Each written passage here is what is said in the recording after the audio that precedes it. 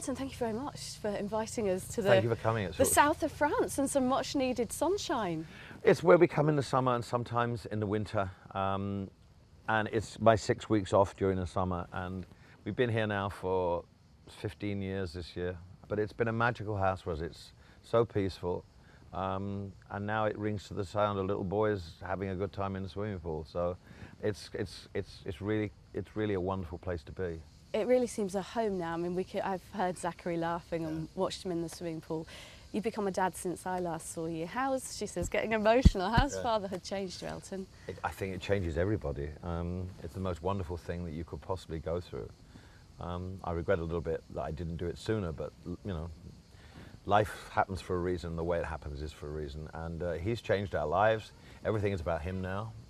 Everything in the house has got to be, you know, child-friendly and child-proof. And it's all about him, and it's all about what's the best for Zachary, not what's the best for David and myself. And that's given us an added sense of responsibility.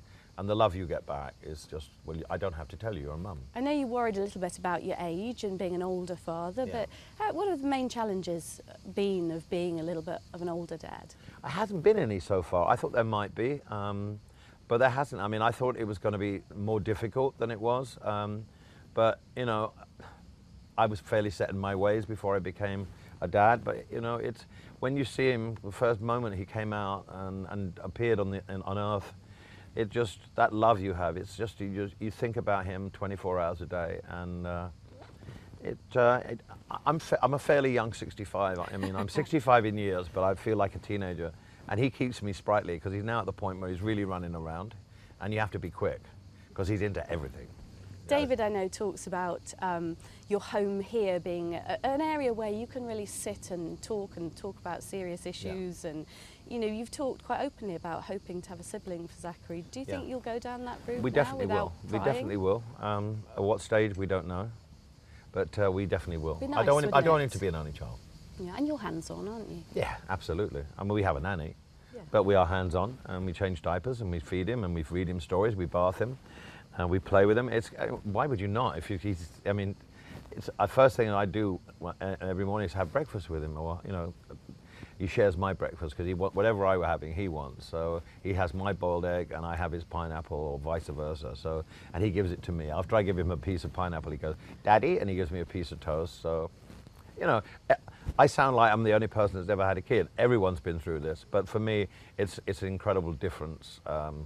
To what life was before. It is different because you've lived a very different life. You've lived a rockstar life, haven't you? So it must be a massive change and a I lived a rockstar life change. until in 1990 when I changed my life and got sober, and then it became a more adult life. And I'm glad I lived my rockstar years because it made me appreciate now what I shouldn't be doing. And when I was younger, I did everything I possibly could and I had a great time. I took it too far, and you know, didn't know when to stop. But the good thing about it all is that life since 1990 has been all about trying to grow up, trying to see things from a different perspective, listening, and having a great time. I was lucky to find my partner. We've been together 19 years this year, and that's been the saving grace of my life as well. You relived some of the 70s and 80s and that, as you described it, that sort of rabbit hole of addiction that you found yourself in your new book, which David Walliams has been tweeting madly about, saying we should all read. Really? How was that an emotional journey writing about it? Why did you decide to do it? It was an emotional journey. It tells you why I changed my life, how I changed my life, who influenced me to change my life, what my life's been like since, and what I didn't do when AIDS happened, what I'm trying to do now, and how it has refocused my life and given me a purpose. And it was a very cleansing thing to do. It was also quite painful because, you know, when you're doing these things and I didn't write it all down. I talked for hours into a tape recorder, and some of the things I did I'm not proud of, and you know, they jolt you and you think, God, I'm so glad I don't have to do that anymore. When you look at, you know, I mean, we lost Whitney Houston, didn't we? It's a year on Monday since Amy Winehouse died. Do you feel blessed and lucky, Elton, that you survived? Yeah, therefore the grace of God goes me. I mean, I don't know how I survived. I did, you know, so many drugs, so much drink, you know, so many cocktails, that I must have been given a chance, a second chance for some reason. And when you're given a second chance, addiction is a really horrible thing. You just can't help yourself. And when you're so deep into it, you really think that's the normality. You still got, Elton, a punishing schedule. I mean, I know next week, Washington, Germany, Canada. How do you keep the energy going? I mean, you've got more energy than I have, and I'm a few years younger than you. Yeah. I just love what I do. And while I'm fit and healthy, I can still do this. I'm going to do it. I mean, there will come a time when Zachary starts going to school, when I want to take him to school and pick him up. So then we'll have a bridge to cross. Tell us a bit about the backstory behind this new album. I went to Sydney about 4 or 5 years ago. I can't remember the exact date or year. And I went out to the local record store, which sadly is no longer there. And I bought a load of local CDs. And one of them was Panel. I actually played that first when I got back to the hotel, and I loved it so much. It was really powerful, driving electro music, which I love. And I phoned my Australian agent and said, can you try and find me a number for these guys? And the next day I had coffee with them. It was a Thursday when I landed. On Friday I had a coffee with them, and I persuaded them to leave Australia, come and sign for my management company, and they did. I think it was them that suggested we'd love to have a go at remixing your old back catalogue, and I said, well, be my guest. And I gave them all the old master tapes from the 70s. But they didn't remix it, they didn't mash up it. They took pieces from songs and made new songs.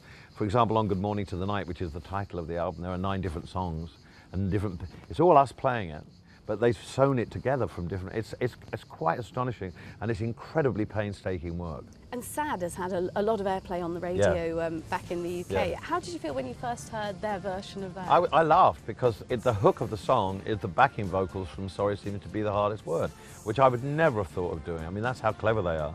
But you know, when you have a body of work, you're so close to it or so distant from it that you have to give someone who really doesn't really know it that much to go in and look at it from a different perspective. It's why you have a record producer, it's why you have a manager, you need that second opinion.